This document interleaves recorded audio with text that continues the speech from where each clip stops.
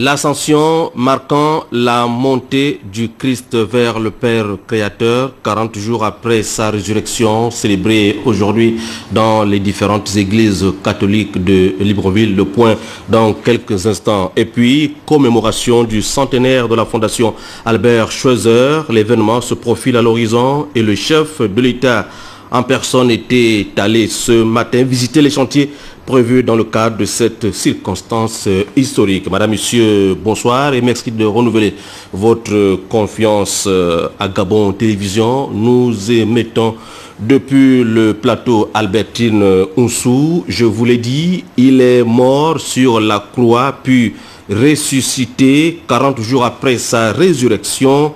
Jésus-Christ est monté au ciel vers le Père créateur de la terre et de la ciel et du ciel. La célébration de ces moments qui ont marqué l'humanité, appelée fête de l'Ascension par l'Église catholique, a eu lieu aujourd'hui. Les églises de Libreville ont fait le plein des grands jours.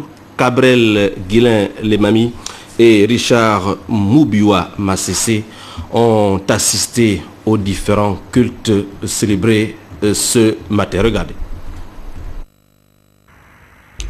Venu sur terre, le Christ a souffert. Il est mort puis ressuscité. Aujourd'hui, plusieurs chrétiens du Gabon à l'instar des autres pays de la planète ont célébré la fête de l'Ascension. Une fête qui marque la montée du Christ après sa résurrection vers le Seigneur, créateur de l'humanité, avant l'arrivée de l'Esprit Saint sur terre qu'il avait promis à ses apôtres. Ici, ce sont plusieurs chrétiens heureux qui ont fait le déplacement à l'église Sainte-Marie de Libreville et Saint-Michel de Kembo. Pour tous ces croyants, c'est une joie immense que de célébrer cette fête car le Christ, mort et ressuscité, est auprès du Seigneur pour préparer à chacun des fidèles une place dans le royaume de Dieu. La joie et la paix que Dieu nous donne aujourd'hui, qu'il est ressuscité d'entre les morts. C'est la montée de notre Seigneur Jésus-Christ au ciel. C'est la fête qui nous donne vraiment de l'espoir encore. Notre Seigneur Jésus-Christ est monté au ciel ce jour pour nous préparer le chemin, pour nous préparer notre place aussi au ciel. Un sentiment de joie parce que mon Seigneur est retourné vers son Père pour me faire une place. Au cours de cette célébration qui marque la montée du Christ vers le Créateur, un message a été annoncé aux fidèles sur le problème des crimes au Gabon. À cet effet, une grande marche sera organisée le samedi 11 mai prochain par l'ensemble des chrétiens de notre pays pour dire non au phénomène des crimes rituels. Le Christ reviendra. Toute la communauté chrétienne que compte notre pays se réjouit en ce jour de cette montée du Christ vers le Seigneur. Prochaine célébration de l'Ascension en 2014. Cela dit, je voulais annoncer à l'instant commémoration du centenaire de la Fondation Albert Schweitzer. L'événement se profile à l'horizon, vous le savez peut-être, et le président de la République, chef de l'État Ali Bongo Ndimba, ce matin, est allé visiter les chantiers prévus pour le cadre de cette circonstance historique. Bienvenue Minko, Armand Moupende, Anissé Sambaboubou, presse présidentielle. Lambaréné, la ville du docteur Schweitzer, à vol d'oiseau. La cité, établie sur les rives de l'Ogooué, s'apprête à commémorer le centenaire de la Fondation Albert Schweitzer. Pour le président de la République qui arrive ici, c'est un devoir de mémoire. Le numéro 1 du pays vient se rendre compte de l'état d'avancement des chantiers prévus pour cette circonstance historique. Première escale de l'escorte présidentielle, le site de l'hôpital régional.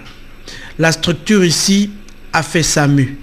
Elle s'est véritablement modernisée.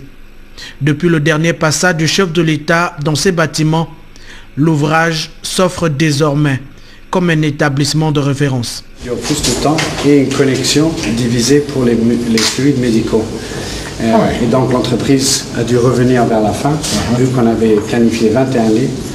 Ils ont travaillé jour et nuit pour modifier tout ça. Et pour entrer dans les... Parce que la loi au-dessus de 19 lits change.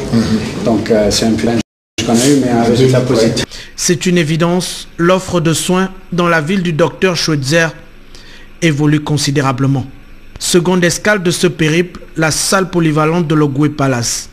L'édifice se dévoile sous toutes ses facettes, comme la copie carbone conforme à l'original de la maquette. Le chantier ici est à plus de 90% d'exécution. Un espace futuriste. Et ici, là, nous avons la régie et le bureau manager. De l'autre côté là-bas, nous avons les toilettes pour handicapés et les toilettes hommes et femmes. Okay, donc ici à la salle de conférence, cette salle de conférence a une capacité de 208 places assises et 300 personnes peuvent... 208 places assises et 300 personnes peuvent rester debout. La commémoration du centenaire de la Fondation Schweitzer s'inscrit donc comme une valeur ajoutée au processus de développement de la commune de Lambaréné. Dans cet hôpital Schweitzer, témoin de l'histoire, les travaux des structures annexes s'exécutent conformément au chronogramme. En ce jour de visite, le chef de l'État le réalise certainement mieux. Le président de la République et sa suite se sont également rendus au campus du Centre hospitalier universitaire international Albert Schweitzer. Nouvel équipement, nouvelle structure et nouvelle dynamique. Le travail abattu ici s'inscrit bien dans l'avenir et le futur pour la ville du Grand Blanc de Lambaréné. La présence de la plus haute autorité du pays sur le chantier a d'ailleurs valu un échange convivial et certainement riche d'enseignements avec des employés à pied d'œuvre. Tout va être prêt pour juillet. On va venir avec beaucoup de monde. Donc, c'est encore quelque chose. Oui, ici. On a déjà presque fini. Oui, ça a bien avancé. Mais bon, c'est justement quand on pense qu'on a bientôt fini là qu'on peut relâcher. Pas relâcher. Non. Vous maintenez. Ah oui. Hein, voilà. Bon, on va voir encore une fois. Je pense qu'on va voir quelque chose de bien avancé. En plus, c'est férié. Bon, venez, on fait la L'œuvre d'Albert Schweitzer est un legs pour l'humanité. Un héritage que le président Ali Bongo Ondimba entend véritablement perpétuer pour les générations futures.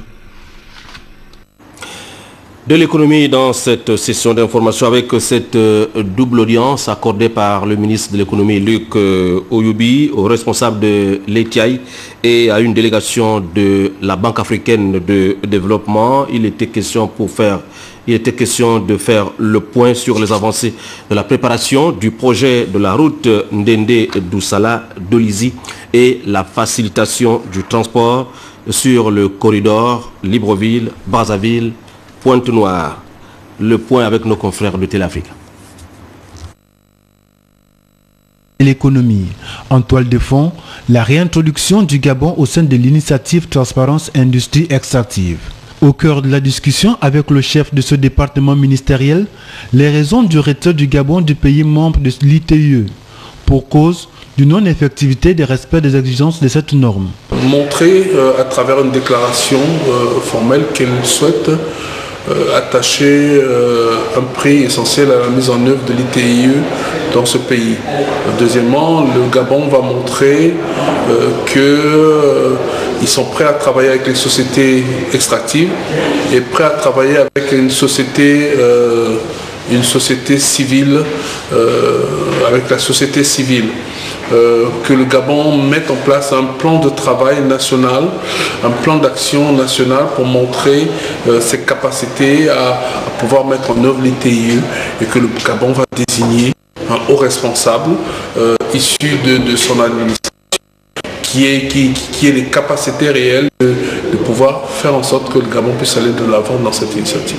Cette délégation qui repart satisfaite des réponses données par le ministre Luc Oyoubi compte voir sa matérialisation.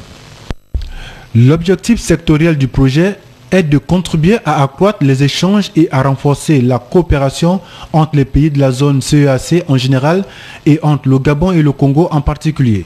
Sur le plan spécifique, le projet vise à améliorer l'efficacité de la chaîne logistique de transport, contribuer à l'amélioration des conditions de vie des populations le long du corridor Libreville-Brazzaville. Nous sommes venus restituer les résultats de la mission de la Banque africaine de développement qui a séjourné au Congo auparavant et puis qui termine sa mission ici au Gabon dans le cadre de la préparation d'un projet multinational entre les deux pays, le Congo et le Gabon, qui consistera à bitumer, aménagé et bitumé le maillon manquant du corridor Libreville-Brazzaville. Il s'agit exactement des tronçons d'Endé, Doussala et puis Doussala de Lézy. Donc respectivement 47 km. En plus de ces routes, on pourra financer quelques mesures de facilitation du transport de transit. Avec la réalisation du l'axe routier bitumé fiable et praticable en toute saison, reliant les deux capitales, le projet vise également à l'instauration d'un système de transport continu et efficace.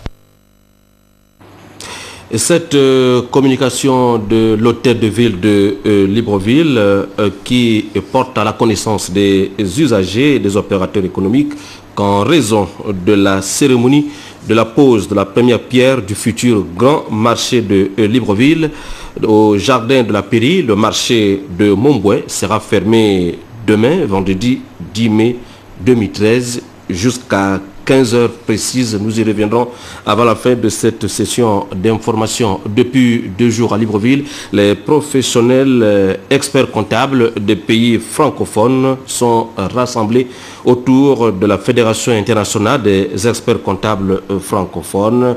Ils échangent surtout sur les objectifs qui fondent leurs actions majeures. Cabrel Guilin, les mamies, Serge Zengimabila.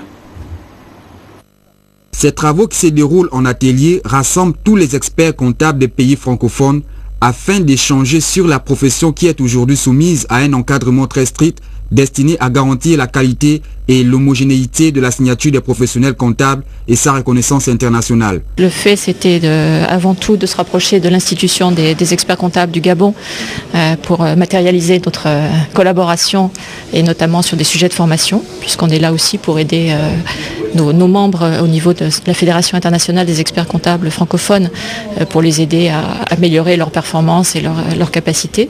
Donc en fait, les sujets qui ont été retenus pour ces 3 jours, c'est effectivement la démarche d'audit, qui est fondamentale pour chacun des membres de l'organisation.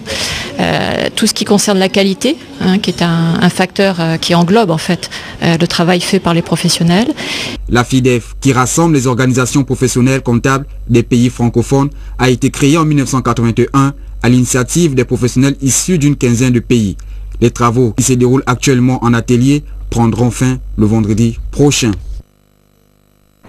Le gouvernement gabonais s'engage à soutenir les orphelins du sida, un engagement réaffirmé cette semaine par le ministre en charge de la famille et des affaires sociales, Madame Zé Bitégué, à l'occasion de la célébration de la journée mondiale des orphelins du sida.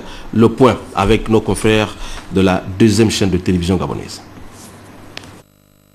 Pour cette 3e édition de la Journée mondiale des orphelins du sida, 2 sites ont été retenus pour abriter les activités commémoratives. D'abord, le laboratoire national où plus de 50 orphelins et autres enfants vulnérables ont été reçus pour les analyses médicales. Ensuite, la Chambre de commerce de Libreville avec la présentation devant le ministre de la Famille et des acteurs de la prise en charge des OOV de la base des données statistiques. Les grandes actions au niveau de la base, c'est d'abord connaître le profil de l'enfant afin qu'on vienne en aide à cet enfant.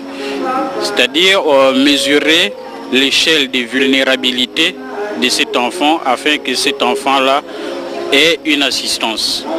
Donc c'est le point focal vraiment de cette base. Et à l'échelle du pays, on doit avoir des résultats, des données statistiques fiables pour traiter ou bien venir en aide à ces enfants. Pour le ministre de la Famille, la mise en place de cet outil constitue une avancée significative. Il est d'autant plus indispensable qu'il permettra une évaluation quantitative du niveau social des orphelins et autres enfants vulnérables. L'analyse de la situation des orphelins et autres enfants vulnérables réalisée en 2011 par la Direction générale de la protection de la veuve et de l'orphelin avec l'appui technique et financier de l'UNICEF a retenu cette approche. Et si la journée mondiale est dédiée aux orphelins du sida, en revanche, la prise en charge, pour être efficace,